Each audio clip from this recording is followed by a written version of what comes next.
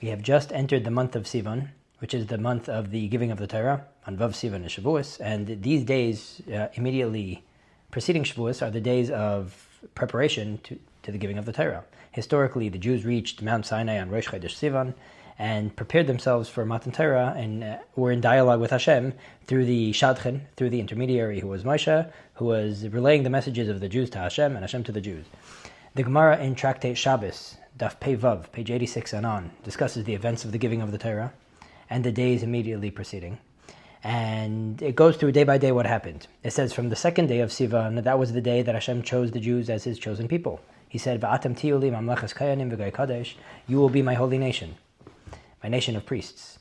On the third day, they were given the mitzvah of Hagbala, which is setting a boundary and a fence for Har Sinai, Mount Sinai, saying that the general Jewish population cannot go close enough to the mountain because now it's a holy mountain. Hashem's presence is going to be residing on this mountain. On the fourth day of Sivan, they had the mitzvah of separating from their wives so that they don't come to the to become tameh, and that they could purify themselves to prepare for Matan Torah. On the fifth day of Sivan was when they built a mizbeach. They gave sacrifices to Hashem, and they said the famous words Nasa v'nishma, we will do and we will listen. The Jews said that when Hashem proposed, will you marry me? They said we will. We will do your mitzvahs and we will then understand your mitzvahs. And on the sixth day of Sivan was the giving of the Torah. Now, what happened on the first day of Sivan, right, when the Jews came to Mount Sinai? Over there it says, Lay amar lahu v'lay midi mishum chol shadurcha. Moshe Rabbeinu did not tell the Jews anything because they were tired from traveling. That was the day that they reached Mount Sinai, that they reached Har Sinai. And on that day, Moshe did not tell them anything because they were tired from traveling.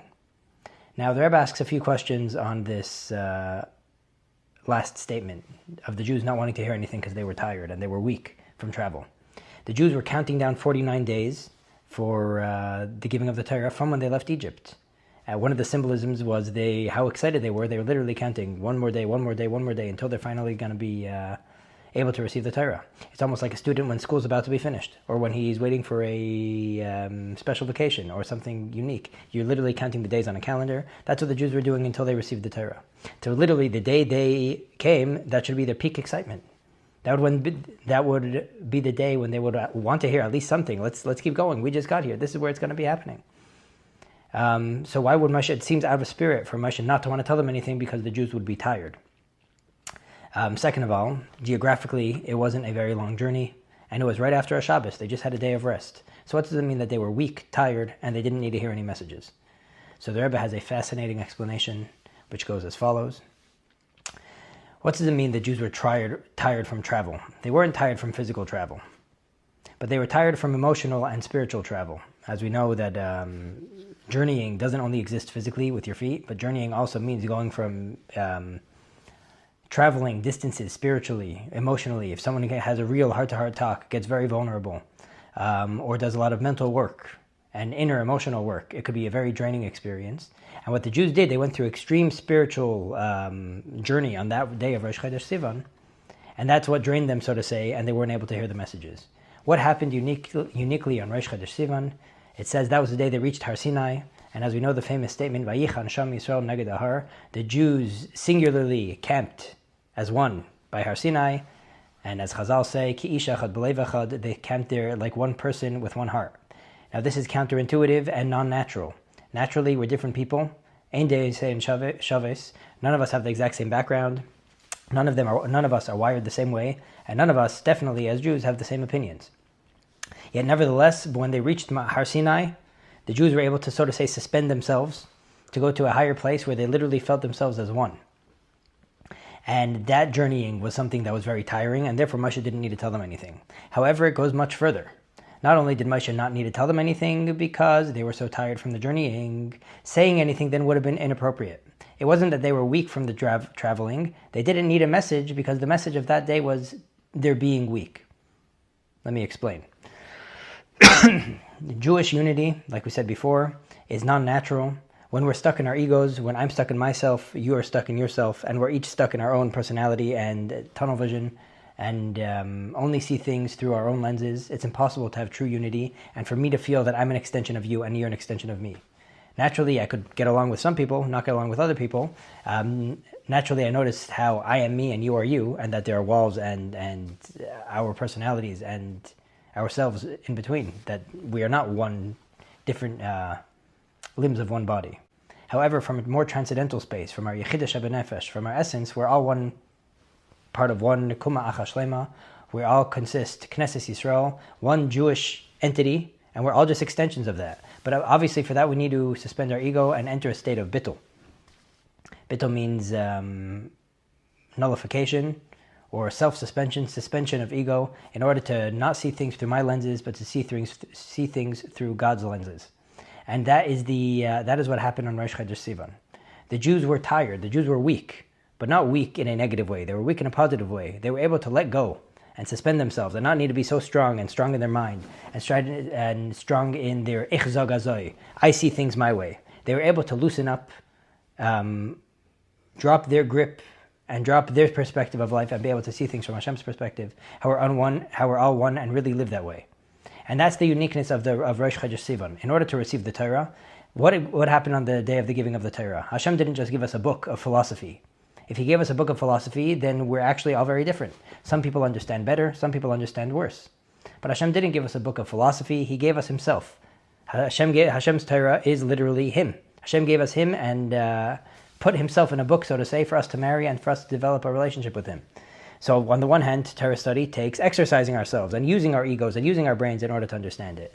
But primarily, study of Torah takes suspension of self and losing ourselves, so to say, in the marriage with God that happens through the study of Torah.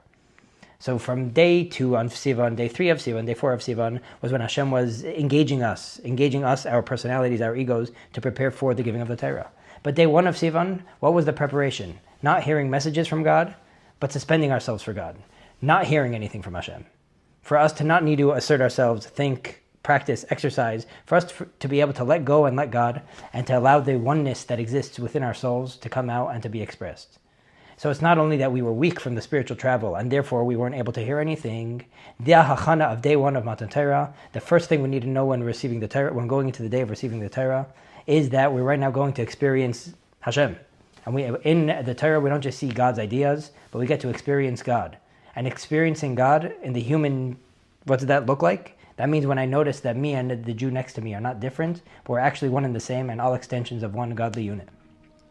And this is now we're going into Shavuos. We're going to be receiving the Torah again. As we know, every year the Yom Tov repeats itself. So right now we're about to go receive the Torah from Hashem.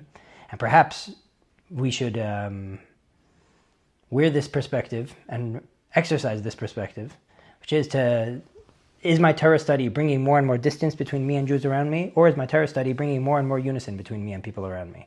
Not just to decide to use our heads to study more Torah and take such resolutions for the upcoming year. Of course we should be doing that as well. But also to learn how to suspend myself and to not be so stuck in my opinions. Not the more I learn, the more stuck in myself I am, and the more strong-minded I am, and I can't see things any other way. But the more I learn, the more humble I become, and the more I can suspend myself and notice how me and the Jew next to me are actually one and the same. The more studious I become, the more close I become to the simple Jew. Not the more distant I become from the simple Jew. That is the proper hachana towards Matan Torah, and that is the hachana. That is the preparation of chosha deorcha, of the preparation of weakness, literally weakening ourselves, suspending ourselves, and entering a state of bittul where we feel one and united with all Jews around us. I'll close with a famous story of the Kleisenberger Rebbe, who was a Jew, a Rebbe who was in the Holocaust, who was in the camps, and lost, I believe, his wife and 11 children.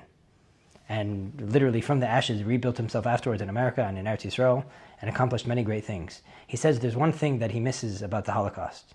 He says, over there on the death march, me and the Jews next to me, we would lock arms and we would walk. It was no difference. We didn't notice if one of us was religious or non-religious. One of us was successful or not successful. One of us was a Rebbe or a Chassid. I was a Jew, he was a Jew. We locked arms and we forged forward. And I wish we could have that now as well, says the Kleisenberger Rebbe, that we don't notice the differences between us. I'm a Rebbe and he's not a Rebbe. I'm a Chassid, he's not a Chassid. I'm a Jew, you're a Jew. We lock arms and we forge forwards, we march forwards to the Geula Shlema, to the receiving of the Torah and to the coming of Mashiach. Have a great Shabbos, and Kabbalah Satorah B'Simcha B'Pnimius, may we receive Torah happily and internally.